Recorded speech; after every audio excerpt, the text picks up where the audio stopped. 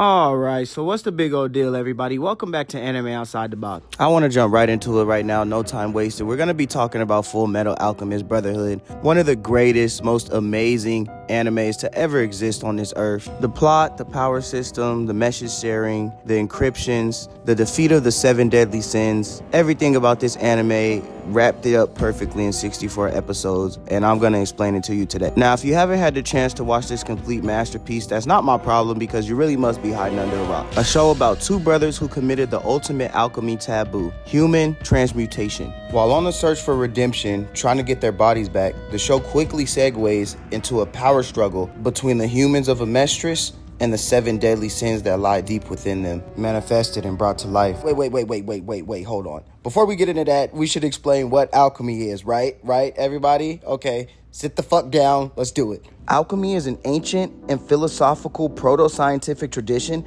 that originated in Hellenistic Egypt and spread through the Islamic world and medieval Europe. Its 3 main goals were transmutation, the elixir of life, and the philosopher's stone. Transmutation would be like turning base metals like lead into something like gold. The elixir of life is basically an elixir that gives you immortality. Yeah, cures all diseases, does things like that. And a philosopher's stone can do both those things. And alchemy does include some mystical and spiritual elements, but it also laid the groundwork for modern day chemistry. Honestly, the way the creator of Full Metal Alchemist used alchemy is just amazing in its own right. The different ways and the different uses they have for it in the show, like that scene where Ed is running from the cops and he completely changes the car into a different car. Or how about that time Al caught his own foot in midair and then turned that bitch into a sword and got to swinging it around, cut shit up. That was the best fight scene in the show, bro. He was already born from a philosopher's stone, you feel me? His father was a philosopher's stone. So it was kind of like he was already tapped in and in tune with that bitch as soon as he got it. The creators of Full Metal Alchemist took transmutation to a completely another level.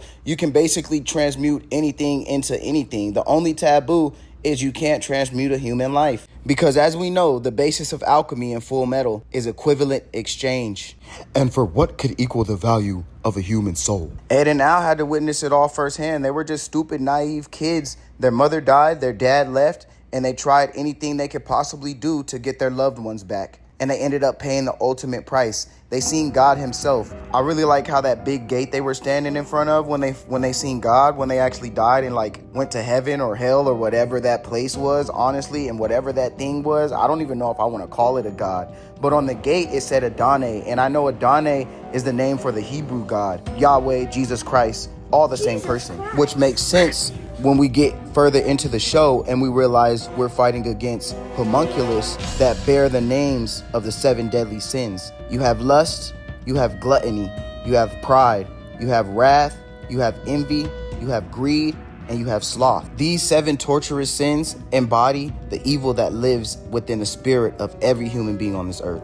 Not only do I believe Full Metal Alchemist embody these sins perfectly in characters, but I also believe their deaths were magnificent, and who they were killed by, even more magnificent. Lust, burnt alive by Colonel Mustang. In the Bible, they say lust is an all-consuming flame that will lead you directly to hell. Sloth, defeated by Armstrong, right in front of his sister who thought he was a sloth his entire life. She thought he was a lazy asshole, a piece of shit.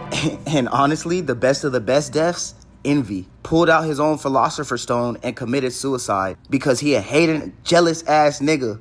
He was hating on humans so much that he committed, I'ma just keep it hot. I wish my sins could come to life, manifest as humans, and I could box them niggas, beat them up, and defeat them. It would just be so much easier than spiritual warfare. I'm sorry. Honestly, that's the deeper plot of the show.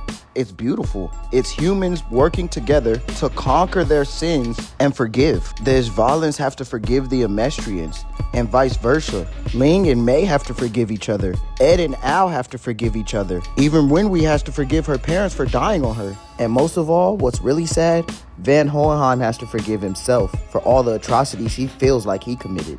And the show does not steer away from the government corruption. It's full on, in your face. They have to even use encryptions to get around it. I think the way they shared messages in the show was one of the coolest parts about it. They would do things like pass on a cigarette, but the cigarette would be a message. Pass on a bouquet of flowers, but the flowers would have a message in it. And they would always talk in an encrypted manner. when doing these things. Like when Mustang pulled up to the Armstrong mansion and he had to act like he wanted to take Olivia on a date, but he really gave her some flowers. And there was a message in them flowers: Celine Bradley is a homunculus. Hey, they got that message around so cold.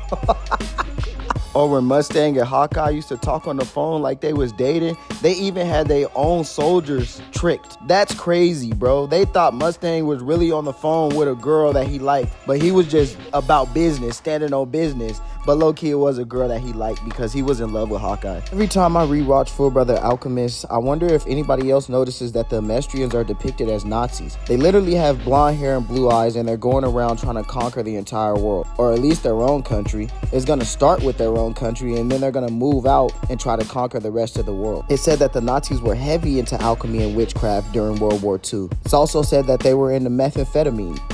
Take that information and do as you will with it. Father, better known as the Dwarf in a Flask, had one goal. He wanted to cause nationwide bloodsheds at different points around Amestris so he could create a ginormous transmutation circle that would create the ultimate Philosopher's Stone and open planet Earth's gateway. Now, you just imagine in your pretty little head if Hitler was going around killing people at different points on the Earth so he could create a Earth transmutation circle, some shit like that, and really do some crazy shit with alchemy and magic. Bro, the elites know more than we do, and I'm just telling you here now, every story has truth behind it, even the animes. Yeah.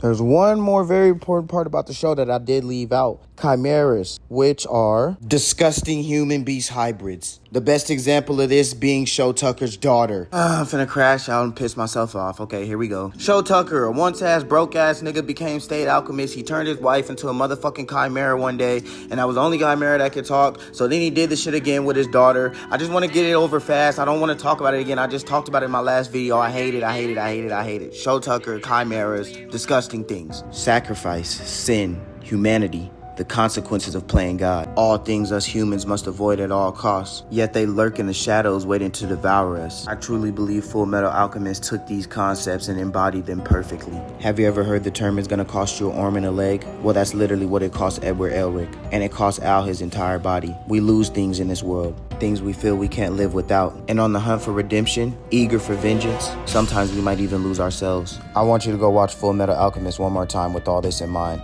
Leave your thoughts in the comments. Love you. Hold on, don't leave yet. I just really want to say thank you to everybody that's been watching, man, supporting the channel. It's growing. It's slow growth, but it's doing what it do. And I love everybody that's sticking with me on the journey. Keep fucking with the videos. Like, comment, subscribe. We're going to be putting out a lot of shit, man. I'm going to start doing One Piece content for y'all because I know y'all like that. And just stay up. Stay blessed. Keep breathing. Yeah. Bye.